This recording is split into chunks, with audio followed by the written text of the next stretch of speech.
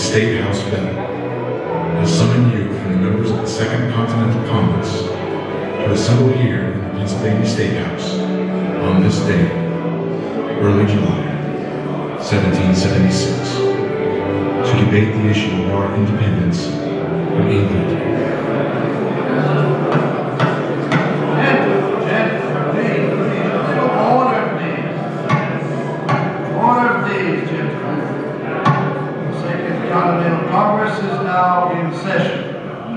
The chair recognizes Mr. Lee of Virginia. Mr. Hancock. Mr. Lee. I have a resolution to lay before this body. A resolution which reflects deeply upon the question of what terms we should consider in any further negotiations with the enemy. According to the instructions of my constituents in Virginia, I am asked to propose this resolution before Congress. Resolved, that these united colonies are and of right ought to be free and independent states, that they are absolved from all allegiance to the British Crown, and that all political connection between them and the state of Great Britain is and ought to be totally dissolved. Mr. Chairman. Yes, Mr. Adams. I wholeheartedly second this resolution. So noted, Mr. Adams. Independence? Complete independence? It's fantastic to even think seriously of considering it. Gentlemen, the resolution has been moved and seconded. The floor is now open for debate and comment on this resolution for independence. Praise be to heaven! Now our people really have something to fight for. Only extremists could put forth such ideas. Sir, this struggle was not intended to degenerate into total war and anarchy. Yes, what kind of extremist proposal is this? We are supposed to be in a limited war to secure specific rights for these colonies. Let us not forget the true issues, gentlemen. Have we forgotten that these colonies were driven to take up arms? Gentlemen, please, one at a time. The chair recognizes Mr. Samuel Adams of Massachusetts. Thank you, Mr. Chairman. As it now stands, gentlemen, many of our soldiers wonder what they are really suffering and dying for. This Declaration of Independence will give our people new hope. It will give us something really worth living for, and if need be, worth dying for. Our intent has never been to destroy or throw over that government, but to reform it and safeguard ourselves under its protection. Complete independence? Why, that would be like a child being thrust out of its father's house. As much as Great Britain is our sworn enemy, we must not offend her too much. Is this the talk of appeasement? Why, think what would happen if we were to carry this resistance too far. make a new peace proposal to the British, a better, more humble attempt than before. While the very roots of our society are firmly implanted upon English soil, our customs, our traditions, complete independence, it's simply unthinkable. Peace at any price, is that what you mean? Gentlemen, is it not far better to live under the Red Cross than to risk total devastation of these colonies in unlimited warfare? Mr. Chair, The chair recognizes Mr. George Ross, Pennsylvania. the British and their sympathizers here in our land charge that this Congress is only a minority representation. Aye, and in a sense that is true. For by our own estimation, 1/3 of the inhabitants of this country are still loyal to the King of England. Another third are indifferent to freedom struggle altogether. That only leaves about 1/3 who are dedicated patriots. Many of these patriots are now under arms on the field of battle. What of them? It is they who are willing to make a reality of the rights we argue for, make them real by writing their sentiments often enough in pools of their own blood. We owe them something more for their lives than a negotiated stalemate.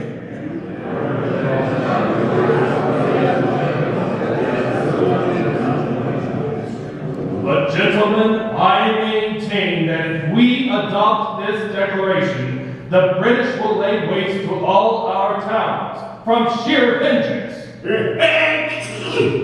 Sir, I wish your sentiments for independence were as strong as your snuff.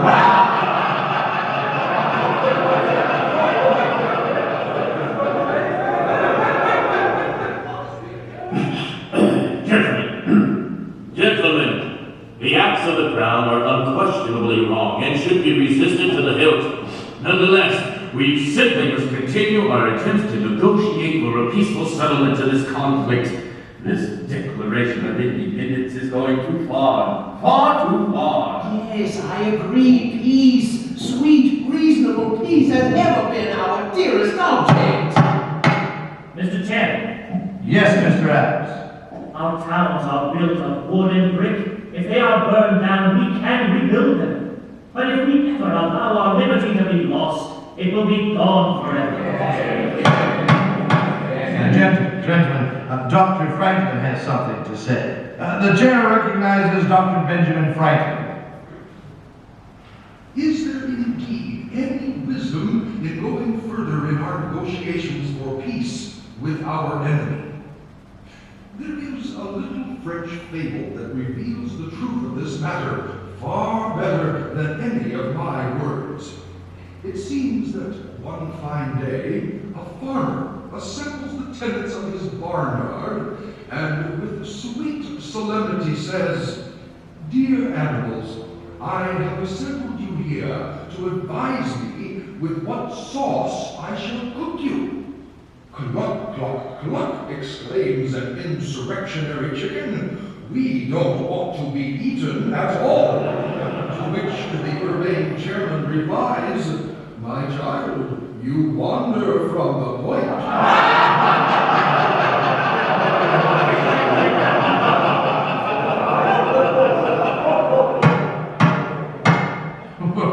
Well, gentlemen, it seems that the debate on independency could go on forever. Therefore, I will appoint a committee of 5 to draft a declaration and submit it to this Congress for approval. Mr. John Adams of Massachusetts, Mr. Roger Sherman of Connecticut, Mr. Robert Livingston of New York, Dr. Franklin of Pennsylvania, and Mr. Thomas Jefferson of Virginia.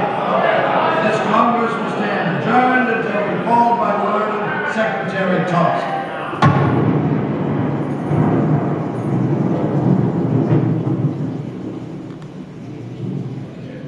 Very carefully, for this Declaration of Independence burns all bridges.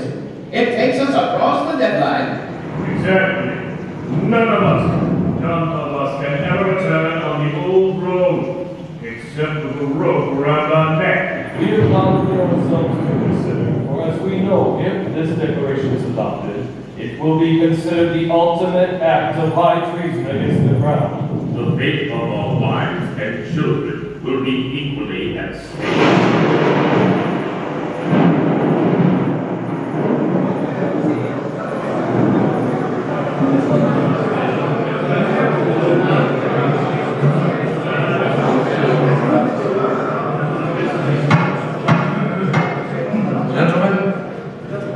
Jefferson's completed draft of the Declaration of Independence is before you.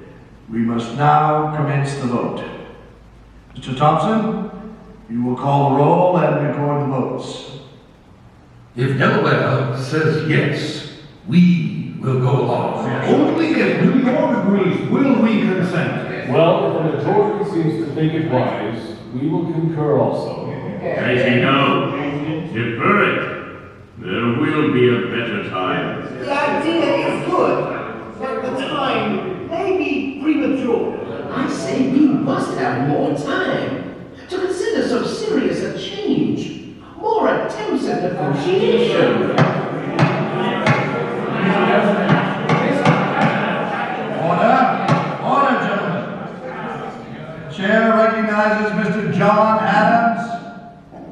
Sink or swim, live or die, survive or perish. I give my hand and my heart to this vote.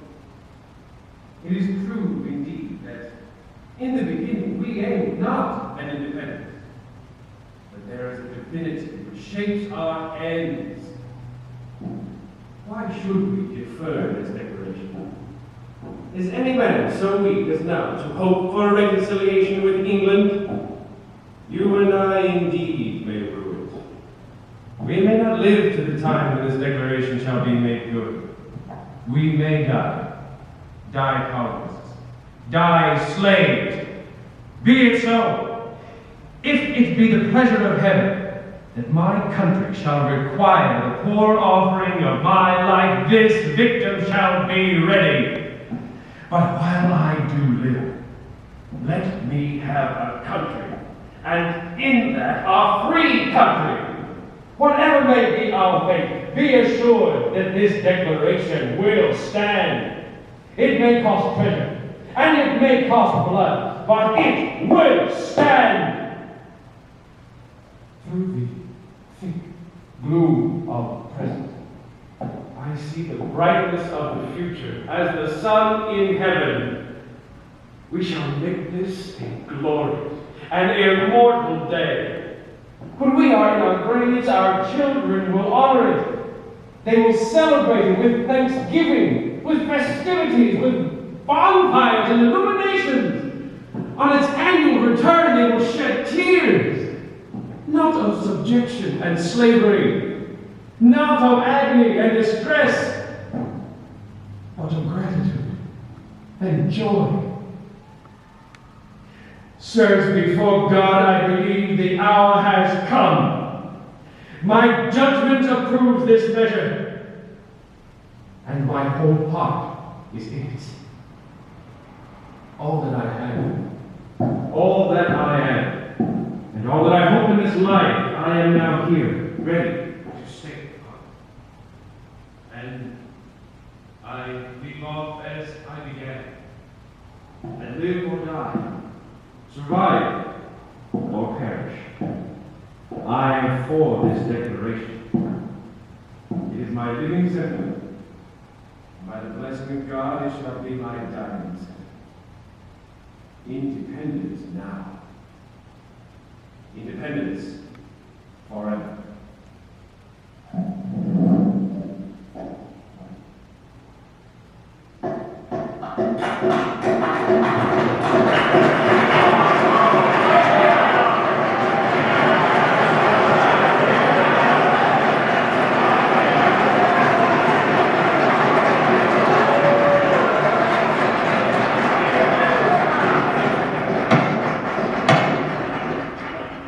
Thank you for your sentiments, Mr. Adams. Your words are timely and well chosen. Gentlemen, the time has come to avow our belief in the future of this country and cast our votes on this declaration. Be advised that we must be unanimous. We must hang together on this issue. Most assuredly, we will all hang separately.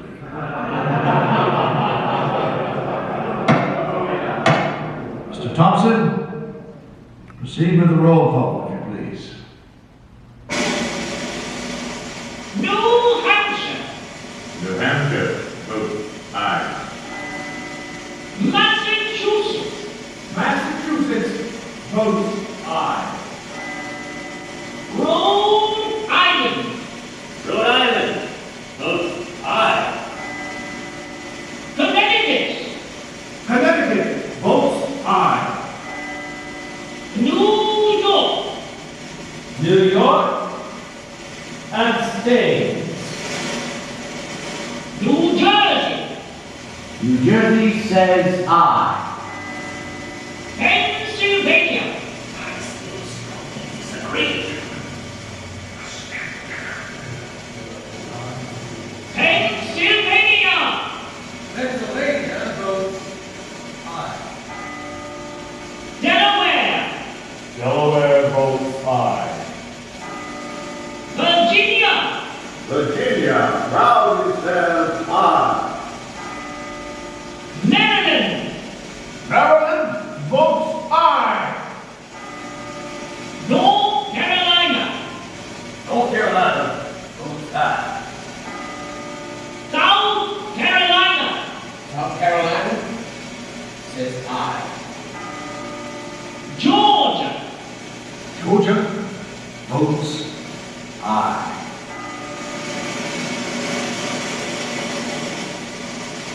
The roll call is completed. The final vote is unanimous. 12 ayes, 1 abstention.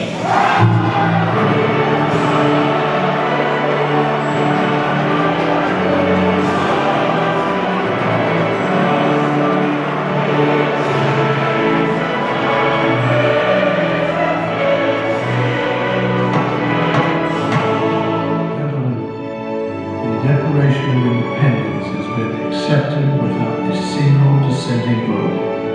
And by this action, we have pledged for its support our lives, our fortunes, and our sacred honor.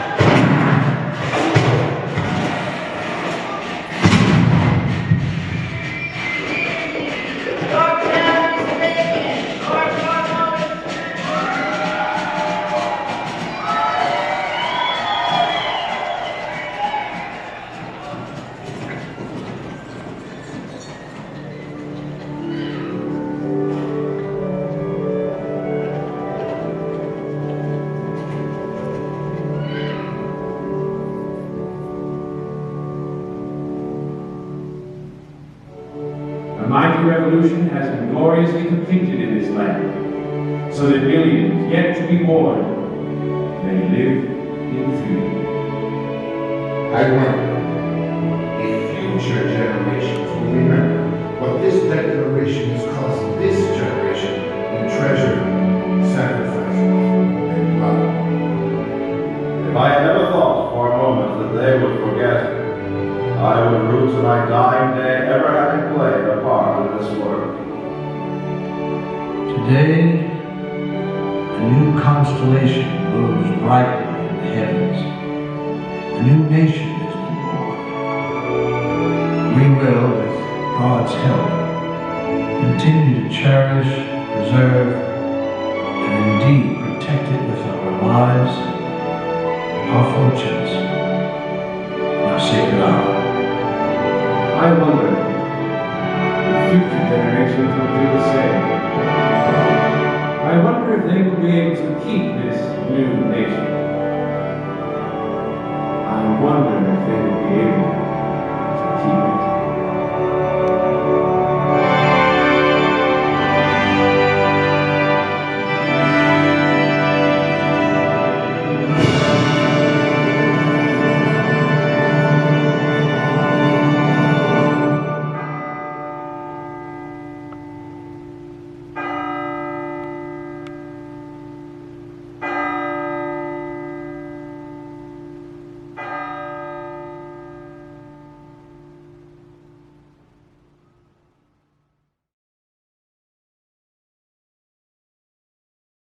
Thank you.